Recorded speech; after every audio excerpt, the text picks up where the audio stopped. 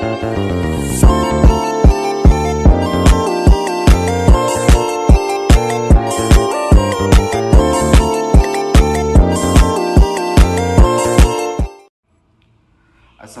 warahmatullahi wabarakatuh. Perkenalkan, nama saya Awal. Di sini saya akan menjelaskan tentang pengertian STAR. STAR adalah sebuah sistem triase yang digunakan untuk mengklarifikasi korban berdasarkan tingkat keparahan luka atau kondisi medis mereka dengan tujuan mengelompokkan korban agar bantuan medis dapat diberikan secara cepat dan tepat.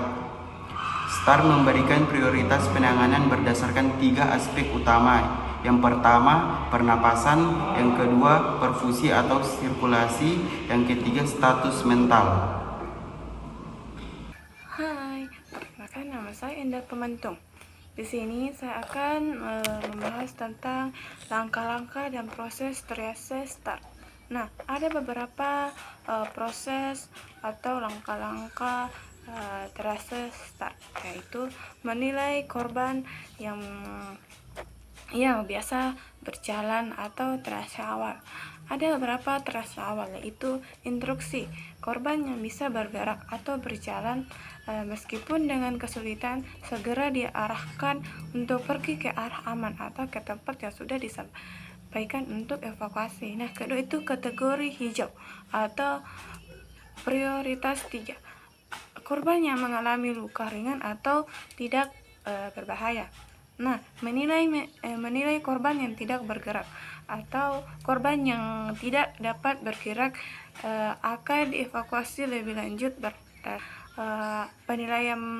penilaian pernapasan atau respirasi. Ada penilaian pernapasan itu tidak bernafas. Cek jalan nafas. Jika setelah dibuka tetap tidak bernafas, korban dianggap hitam atau non-salvageable, artinya korban meninggal. Bernafas. Jika korban bernafas setelah perbaikan jalan nafas, lanjutkan dengan penilaian selanjutnya. Laju pernafasan lebih dari 30 kali per menit atau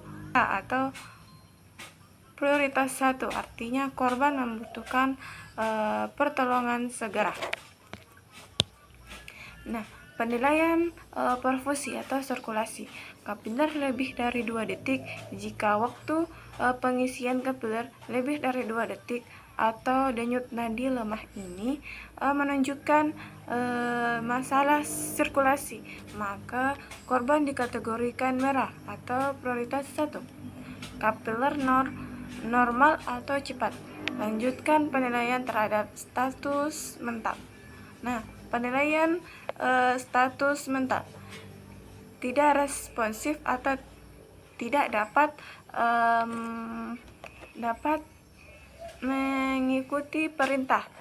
Sederhana, korban masuk dalam kategori merah atau prioritas 1, artinya mereka memerlukan penanganan medis segera. Nah, dapat mengikuti perintah sederhana. Korban dengan status mental baik dikategorikan sebagai kuning atau prioritas 2, artinya korban memerlukan perhatian lebih lanjut tetapi tidak membutuhkan intervensi medis segera.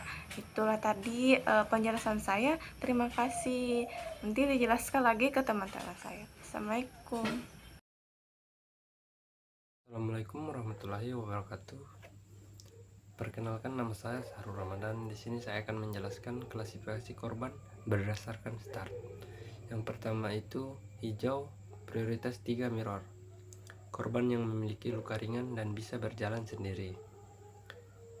Yang kedua kuning, prioritas 3 delayed.